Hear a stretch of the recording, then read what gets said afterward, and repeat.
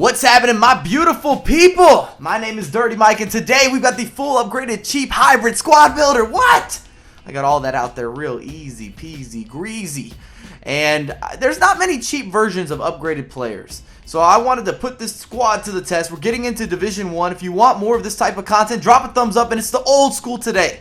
Normally, I have the reactions, the face cam, everything set up for my squad building, and the road to glory is more the post-com. But today, I wanted to give you guys a little bit more gameplay, some of the longer build-up, and showcase some goodness. We're going to talk about utilizing your squad and formation preference in this episode. Woo. And if you want the expensive upgrades, we got the Hero Aguero, we got the third informed Godin. Make sure to head on over to FifaCoinZone.com. Use Dirty at checkout. The links are in the description. The same goes for G2A. They got codes. They got games. Dirty will make it happen, Captain. And let's talk about instructions, because you're going to see something a little bit different from me. We've got Kmart up top. And I realize in this squad, remember, utilizing your team, I don't have any other players that have the true pace, the ability to get in behind. So I need Kmart to go ahead and lead me to success, especially in Division 1. So he's pressing the back line, right? That's what I've got him doing. He's got to stay forward, press the back line, be aggressive. All these good things, and that's rare for me. I typically have my strikers left alone. I change the cams, I change the center mids, I change the defenders, but I don't touch the strikers unless it's really needed. It's truly needed. I basically build the squad around them. As we're off to a good start, I thought, and we missed a challenge.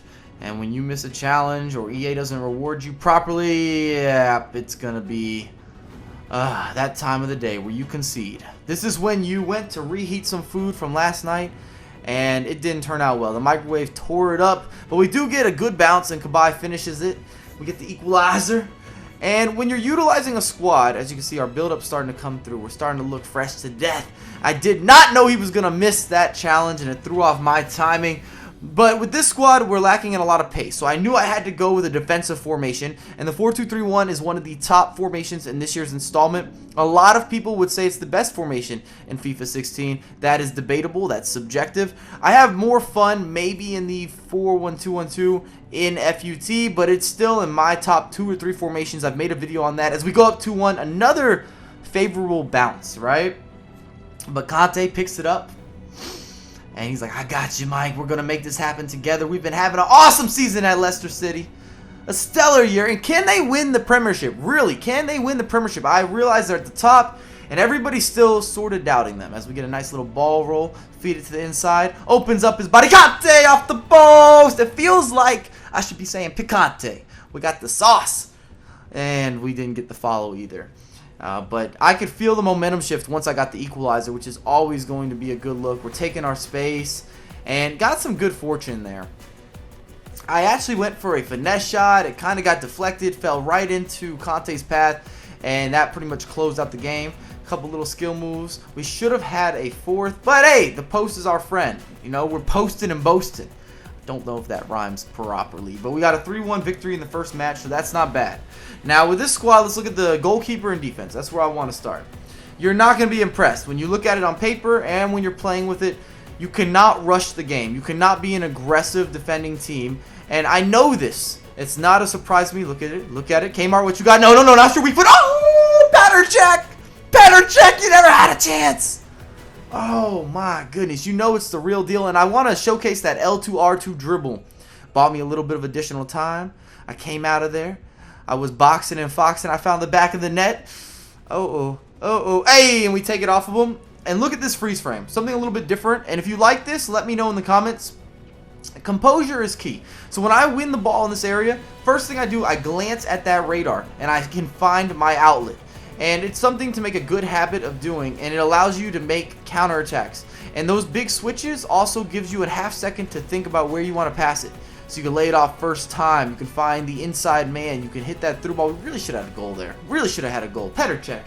He had to make up for that last situation. I'm just going to call it a situation. He's been having quite a year for Arsenal. Arsenal fans got to be happy with Petr Cech. Can we finish? Hey! And we're on the board again. 2-0 in the 30th minute. But back to the defense. You cannot rush with this defense. Please don't be aggressive, because you do not have a lot of pace. Nobody necessarily stood out to me, but they weren't bad, which is not really an issue then. They were okay. And I'm playing on defensive mentality, which is my standard. Sometimes I will switch to balanced or even attacking if I'm chasing a game. Ooh, Petr Cech with another good save. But normally I like to start off on defensive. I'm able to create attacks that way. We get a nice little skill there. We lay it off. And another bit of good fortune takes a deflection into the back of the net. This is not Petr Cech's day. Now with the CDMs, another situation where neither of them stood out. And that's always too bad. You want players that are influential. But it's not a terrible situation when you have a bunch of role players. It just would be ideal if you had them around star-studded, FIFA 16, sweaty, or high-rated guys that are able to really dominate matches. They can change the entire game. Look at this. Hold on. Fake shot, and we're in behind. What you got, Conte? We lay it off. Getting unselfish. Unfortunately, Cabaye kind of overpowers it. He got excited. He had the Viagra, but yeah, let's just go a different direction, actually. Let's scratch that. So we get another goal. 4-1 in the 80th. And you guys see this is happening in Division 1. Thankfully, I didn't get matched up against squads that were super overpowered or extremely high rated, because a Messi Ronaldo team is going to give me a lot of issues just because I don't match up well. As we get a 4-2 final. But that's not bad. If you score 4 goals in Division 1, you're going to win the majority of your matches. Now, the place that I really want to focus emphasis on talking about this team is the attack, because we have Drinkwater, Conte, and Cabaye. And Drinkwater is facilitating at halftime. We're making sure everybody is hydrated. And we don't have a lot of pace, but the shooting and the passing is okay.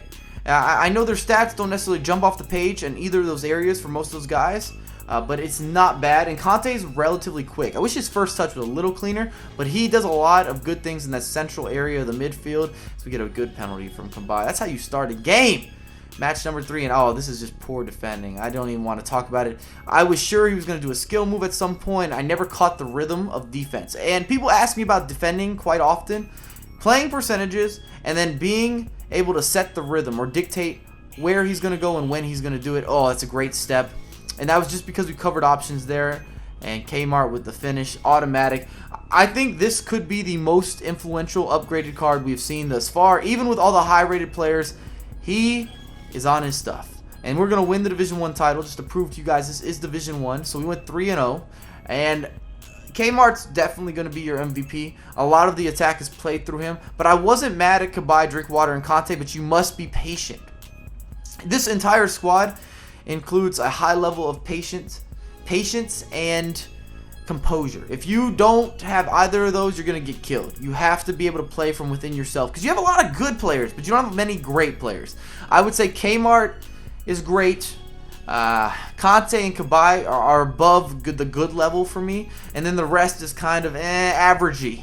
Average squad. I gave it a 5 out of 10. Marquee player Kmart, like I said, you got the wow factor, and you can feel the difference between his upgraded card and his normal card, and that doesn't always happen that way. He's aggressive, he finishes. The pros, I like the passing. We got Kmart. The formation choice worked really well for this team.